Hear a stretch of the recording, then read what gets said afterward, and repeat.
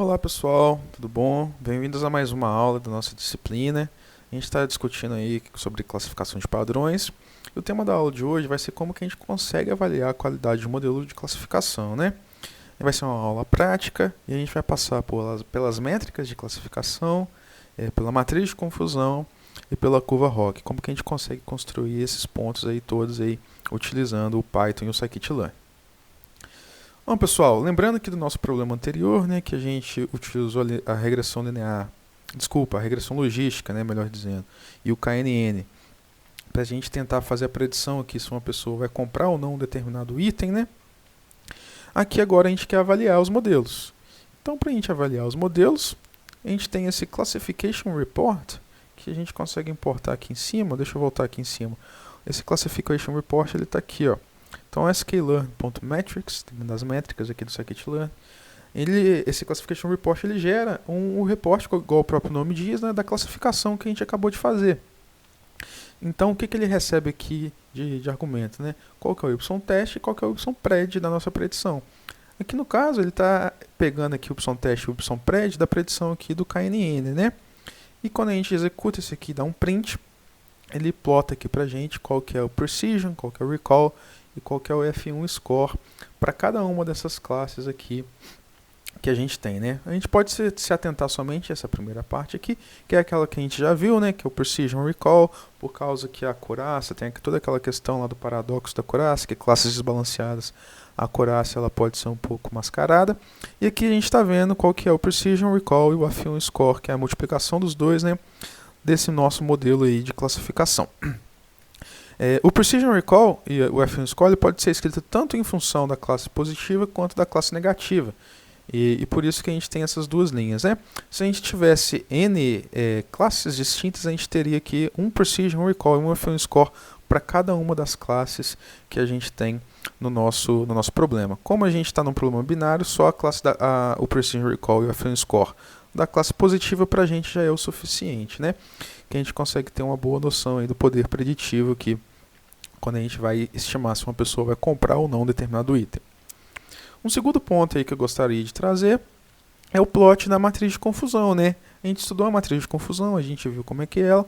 Para a gente fazer o plot dela, a gente consegue utilizar essa função aqui, plot confusion matrix, que ela está aqui, ó, quando a gente sobe aqui lá nos nossos imports, também está dentro de matrix, a gente está importando aqui plot confusion matrix do Scikit-learn, e a gente consegue ver aqui qual que é uma visão aqui da nossa matriz de confusão, né? Lembrando que ela tem aqui nas colunas os predicted labels, né? Quais foram as nossas predições, os true labels aqui ao longo das nossas linhas, que são os valores reais, e a gente consegue enxergar aqui, né? Na diagonal principal é a nossa taxa de acertos, né?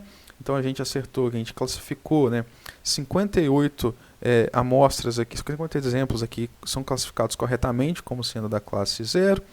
23 aqui são classificados corretamente como sendo da classe 1.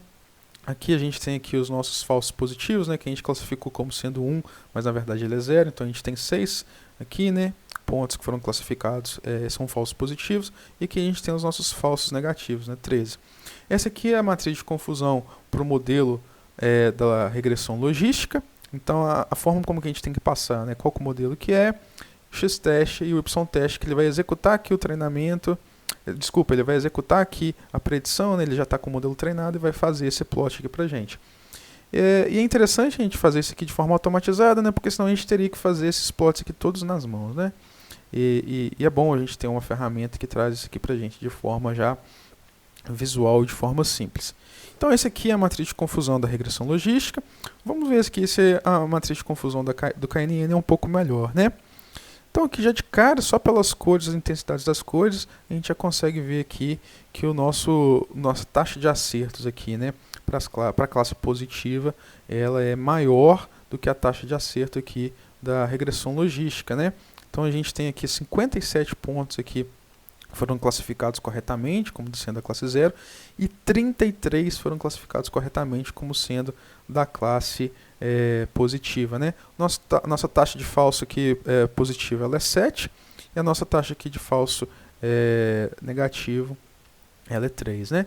Então aqui olha que coisa interessante, dos pontos aqui que são de fato da classe 1, a gente conseguiu acertar 33 de 36, que é bem maior aqui do que a nossa taxa aqui de verdadeiro positivo do nosso algoritmo da regressão logística. Isso porque o nosso comportamento, o nosso dado aqui, né, provavelmente não, né, ele não é um dado que ele é completamente linear.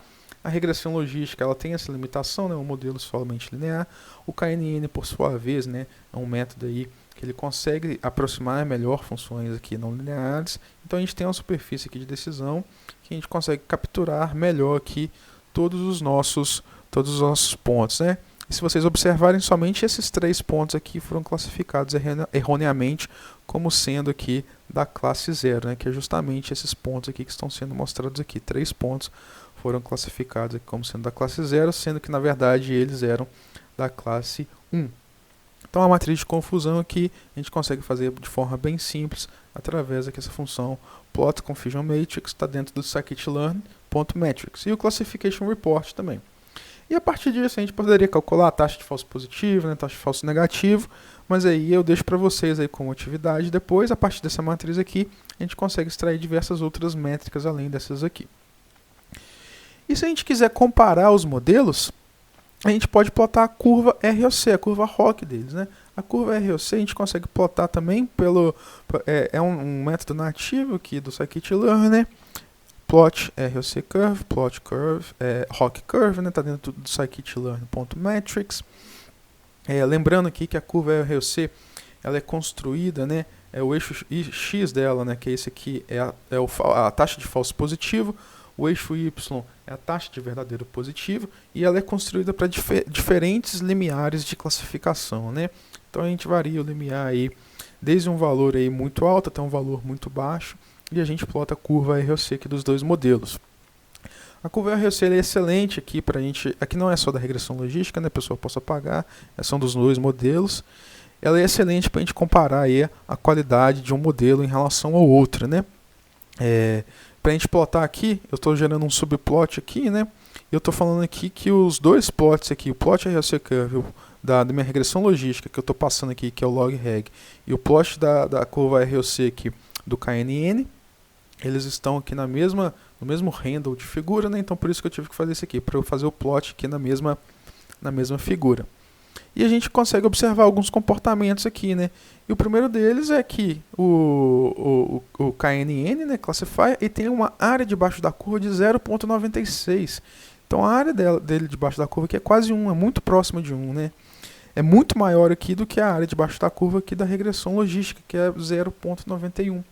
Então a gente vê aqui que para todos os limiares aqui de classificação, o KNN ele é no mínimo melhor, né? Pelo menos melhor ou igual, né, melhor dizendo, do que a nossa regressão logística, né? Se a gente observar aqui, se a gente tomar esse ponto aqui como referência, ele tem, apesar dele ter uma taxa de, se a gente olhar aqui horizontalmente, né, apesar desse ponto aqui, ele tem uma taxa de verdadeiro positivo, que ela é igual aqui ao da regressão logística, a taxa de falso positivo é muito menor. Então, como a gente busca sempre maximizar o TPR, que é a taxa de verdadeiro positivo, e minimizar a taxa de falsos positivos, quanto mais à esquerda aqui, né, melhor é um modelo. Então aqui o nosso KNN ele está dominando aqui o algoritmo aqui da regressão logística em todos os limiares. Então, se a gente fosse escolher um modelo, se a gente tivesse que escolher entre um modelo ou outro, com certeza a gente iria aqui para o KNN, tanto pelo AUC aqui, né, que a gente está olhando, quanto visualmente que também isso aqui se confirma, né, que o AUC é justamente a medida dessa área debaixo da curva. Beleza, pessoal? Então isso aqui é uma parte aqui muito interessante para a gente avaliar a qualidade aqui de um modelo de classificação. A gente consegue extrair um reporte aqui de forma bem simples. Se fosse de mais de uma classe, ele plotaria aqui para a gente também, printaria aqui para a gente as métricas das outras classes. Se a gente tivesse mais de uma classe, se a gente tivesse 3 classes, a nossa matriz ROC seria 3x3, se fosse 4 seria 4x4. Então de forma bem simples aqui, a gente consegue ter esses reportes aqui sobre a qualidade do nosso modelo. E a curva ROC aqui ela é excelente para a gente comparar aqui a qualidade de modelos aí, preditivos de classificação em um determinado dataset. Beleza, pessoal? Então, a aula de hoje aí foi uma aula para a gente ver como é que a gente consegue avaliar a qualidade de modelo de classificação utilizando o Scikit-Learn, aí, que é um framework aí do Python. Na próxima aula, a gente vai fazer uma prática sobre classificação. Na verdade, não vai ser uma prática ainda, né? Vai ser uma aula mais conceitual sobre classificação em problemas não lineares. E em seguida, a gente vai fazer uma parte prática aí e vai comparar a qualidade preditiva de diferentes modelos para diferentes tipos de dados. Beleza, pessoal? Até a próxima aula.